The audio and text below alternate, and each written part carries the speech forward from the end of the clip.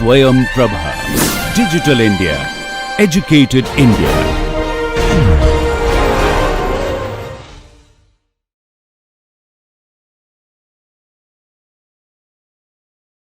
So this application example is an indeterminate structure which is subjected to an internal torque, as you can see in the figure over here. So you have this shaft over here, A to B, part of it which is solid and part of which is hollow. So maybe we just go ahead and mark that. So this is the solid part and this is the hollow part, right? And where you're having at the exactly at the center between this length of 125 at the center of this member, you have a torque of 120 Newton meters. So the question asks that to find the support reactions, you are given the diameter of the solid core, which is 25 mm, and the hollow core has an inner diameter of 15 and an outer diameter of 25 that you have over here. So for this one, first let's go ahead and so we are trying to find the support reactions. First, let's go ahead and draw the free body diagram for this entire member that is there. So if I have to represent the member, maybe something like this over here, where this is my end A and this is my end B, and say the point at the center where my torque is being applied is this. So let me call this point as C, right? So C is somewhere here in between. C is here. Now at this particular point C, you have this torque of 120 Newton meters that is being applied. Now follow your right hand rule, that where the direction towards where the arrow of the moment points, that will your thumb will point towards the direction where you should mark the double arrow for the torque. So in this particular case it points towards B. So let's just go ahead and mark the torque here, that is represented by these double arrows, remember. So this is the applied torque T, which is 120 Newton meters. Now as a consequence of this applied torque, you will have the reaction torques at the ends A and at the end B, and let me just mark these reaction torques as something like this. This is my reaction torque TA, and at the end B also I have the reaction torque TB. So the basic relationship from equilibrium, some torque equilibrium relationship, I can write it out as my TA plus TB is equals to the applied torque T. So that is one relationship that I have over here. So let me maybe mark this as relationship number 1. Now how do I find TA and TB? So that's the question, that is the support reaction. So the question asks you that how do you compute your TA and TB over here. So what is the equation of compatibility which we are going to use? You can see that the ends A and the B, they're clamped, so they are not going anywhere. So your overall the phi that you have, the angle of twist between A to B, is going to be 0, right? But you may have the internal phis, your C, the point C over here may move, but if you say draw a straight line from A to B, that straight line does not move anywhere. So the overall phi for that entire structure, phi AB, is equals to 0. Now so how do we compute this? So the phi AB, if we have to just write it out, that we have our phi from A to B is equals to the phi AC. This is again, in drawing analogies with your axial loading, the total delta equals delta 1 plus delta 2 and so on, and it depends what the final delta is. If you have a clamped support with an axial load, that is 0. Here for the torsion case also, if you have a clamped ends, then the total rotation is equals to 0. This is phi AC plus phi CB over here. Now how do we compute phi AC? Phi AC is for this point, and phi CB is for this portion of the shaft over here. Now as you can see that we always draw the sections where we have the discontinuity. So from here to here, so I have an applied torque at the point C. So I am going to go and take a section, maybe section 1 over here and a section 2 over here. So maybe if I have to show in this 2D diagram, this is 1 and maybe this is 2. Now for the first portion, so for the AC part, so if I have to draw the free body diagram there, how do I, so along where I cut the section, how do I represent that? So I represent that as, I represent that as, something like this, where at the left end, as you can see, I have my reaction torque TA, and at this particular end I must have an internal torque. So let's just write that T internal, which is going to be equal and opposite to sorry, this is not a reaction. The internal torque must be equal and opposite to the torque TA that you have over here, simply from equilibrium, right? Now these two torques are pointing outwards, these are pointing away from this particular shaft. Now let's look at this guy over here at this. So this is for section 1. This is what I drew over here, is for that one between A to C. So this is from A to C, right? Now for the part B to C, if I draw the section from here to here that I have, right? So for that, what I get is that at the right end I have my reaction torque, which is TB. So at the where I am cutting this section over here, which is this point, at this particular point I am also going to have an internal torque here. So this internal torque in this particular case is going to be equal and opposite to TB here, right? So this is for my section 2. Now for the part AC, how can I write my phi AC? We know that, so I am just going to split these two guys over here, like this one and this one, and write the individual equations for both. So what I get as my phi AC, remember the torsion formula, phi equals to TL divided by J times G. So phi AC will be equals to the T internal in the section AC times L of AC divided by J of AC times G, right? Let's say it's made of the same material, so G is the same for both the AC and the CB over there. Okay, so that brings you, because T internal in the portion AC is nothing but equals to this A over here, because this is for the section AC. So that is equals to TA times LAC divided by JAC times G. Okay, so that gives me my phi AC over here. Now the next one is my phi CB. So let's go ahead and write that as well. Phi CB comes out as equal to T internal CB times length of CB divided by JCB times G. Now here is an important point to note. Look at the direction of previously what we had. TA was pointing outwards, whereas your TB and T internal B, that is T internal in this can be, is pointing inwards. Now as is customary, that remember for the axial loading also what we had, that when it was the forces were pointing outwards, the tension was positive, inwards it was negative. For when we mark torques as well, when you have the torques which are pointing outwards, then you typically mark them as positive. If it's pointing inwards, the torque and the corresponding phi becomes negative. It is analogically similar to tensile and compressive. So here this is going to be minus of TB. So here I should write a minus right here as well, minus of TB times LCB divided by JCB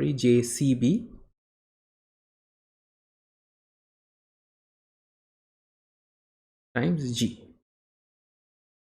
Okay, so I have written down what are the internal torques that we have over here. So now I'm going to have to use this compatibility, because I know my phi AB from here to here is equals to 0. So that means if I take that condition over here, so that what I get, my phi AC plus P of CB is equals to 0. So that gives you the relationship that TA, so that means TA times LAC divided by JAC times G plus of minus TB times LCB divided by JCB times G is equals to 0. Okay?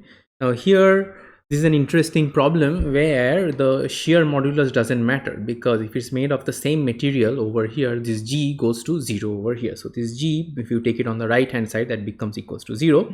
Now also one more thing to note over here, that for this problem your length of AC and length of CB is the same. So this LAC I can replace by L, and this I can replace by L, where LAC equals to LCB equals to L, right? And this also goes to 0 because this is a common parameter that you have in between, you know, these two terms of on the left hand side.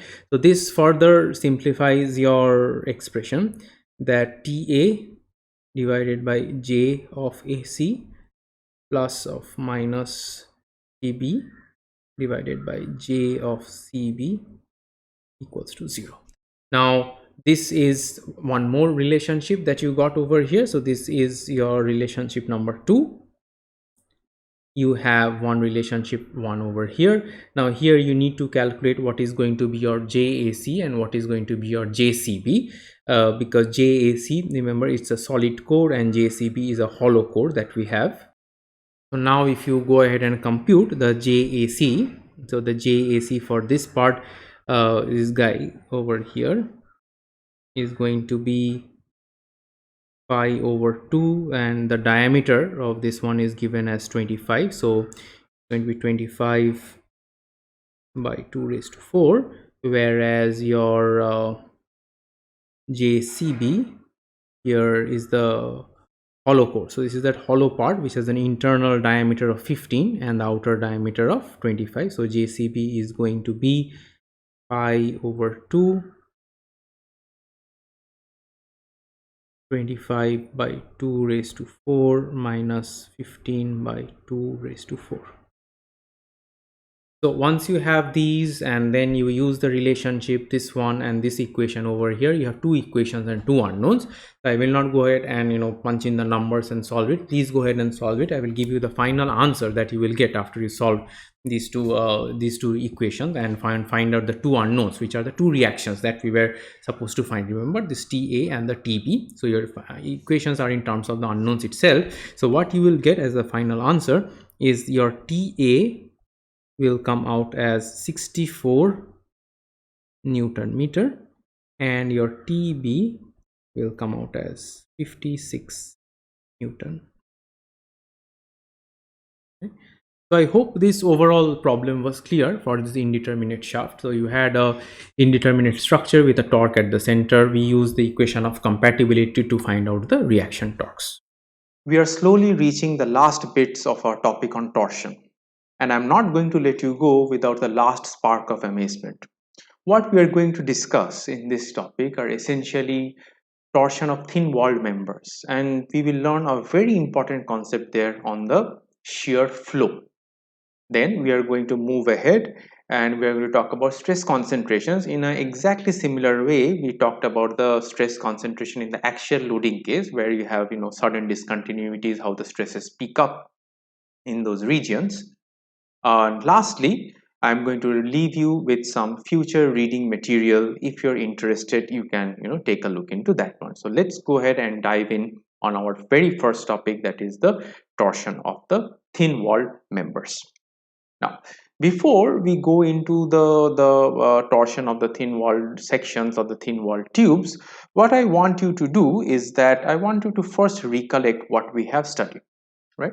So now if you see, suppose you have a shaft, right? So let me maybe draw the shaft over here, where, say, in this shaft, say the shaft has a cross section. If I take a look at the cross section, suppose it is a circular cross section. So this is, say, this cross section over here, it is a circle, nice and round, and here I am coming and I'm applying to the shaft, I am applying, say, a torque, right, equal and opposite torque. So it's a balanced system, right? Now what we have studied until now are these solid shafts, right? Solid circular shafts. The circular is more important. Now if on this circle that you see, if I take 2 points, say this is the center of my circle, somewhere around here, and if I take any 2 points on the circumference, let me maybe pick a point B over here and pick maybe another point C over here, both of which are of course equidistant from the centroid with the radius say r. What we have learned is that since each of these points are at the same distance r from the center, I am going to have my tau, that is the shear stress at B, must be equal to my tau at C, 2 points at the extreme periphery, right? Now this is true because your R at B is equals to the R at C, which is equals to the radius of the circle. As opposed to this, let's consider another shaft, prismatic. Remember, mind you, it's prismatic. It is prismatic in the sense, and if you recall our discussion on prismatic sections, it has the same cross section throughout, right?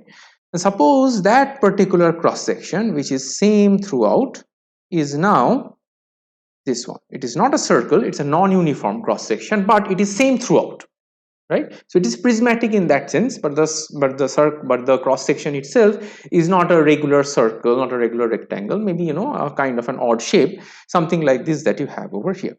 Now if for this shaft that I am looking at right now, if I am applying torque, balancing torque at both the ends, say T over here and T over here as well, and if I take another set of 2 points, let's say point B and another point C over here, and for this irregular cross section, let's say my centroid is somewhere over here, right? Now for this shaft, which has a non-symmetric, it's a non-circular section, and let's say the points, the distance of the points from the centroid, let me just mark them, are RB and RC, which is of course different than the R that you had previously, and they're not equal. So in this case, my tau B will not be equal to my tau C. Why? Since my RB is not equal to my RC, right?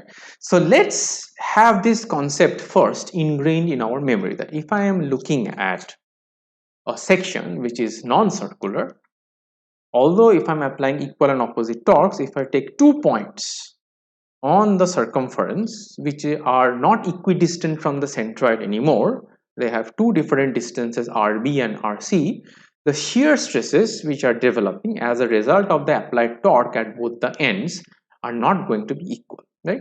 Now once we understand this, let's go to some interesting discussions on thin walled tubes, right?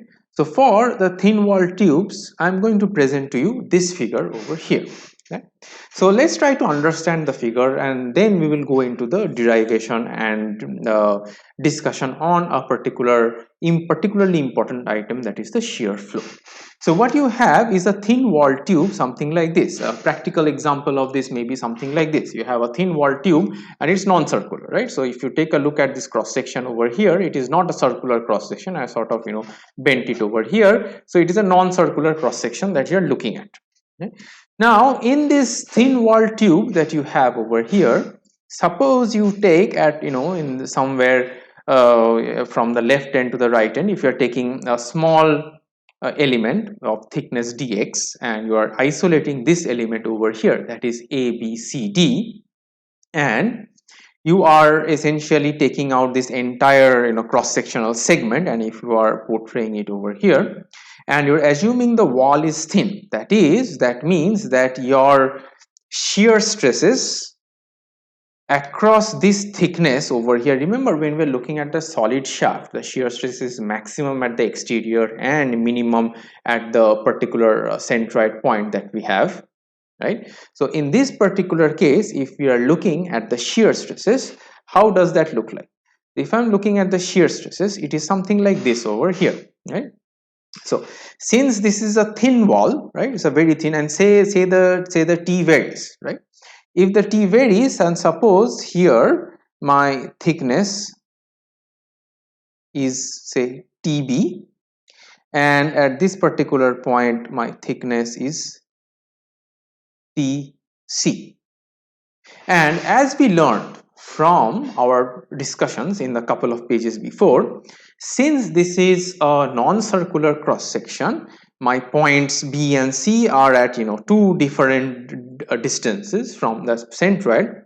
So here I am going to have a particular shear stress tau B. Here I will have a particular shear stress tau C over here, right? And in between I will have the transition, because remember this tau B that you see over here is actually the same across the line. So if you go ahead and if you draw, say if I go ahead and draw say one line over here, all across that line, all across this line I'm going to have tau B. Similarly, all across this bottom line, if I am going and drawing this one, I am going to have the tau C. So in between you must have the transition from tau B to tau C. So it's tau B over here, and exactly at that interface you will have a tau B as well. Remember, if you take even a smaller element over here, your shears must balance out. And as we made this assumption, since the wall is thin, this tau B stays the same throughout this thickness. If you remember, it was a solid one, then at the centroid you will have a 0, at the exterior point you will have the tau B. But if the wall is very thin, as in this particular example, if you have the wall which is very thin, the shear force on this outer periphery tau B and this small thickness that you have, it can assume to be the same. So in the internal and the exterior you have the tau B over here, right? So now that I have that this TB and TC and this tau, now if I am doing the force balance, if I do the force balance on this one, if I take a look at this element over here, the same element, all I have done, instead of representing at the shear, I cannot balance the stresses, I can only balance the forces, right? The equations of equilibrium are applied to forces, not the shear. So if I take this one, and remember it is a same thickness that we wrote down, that this is the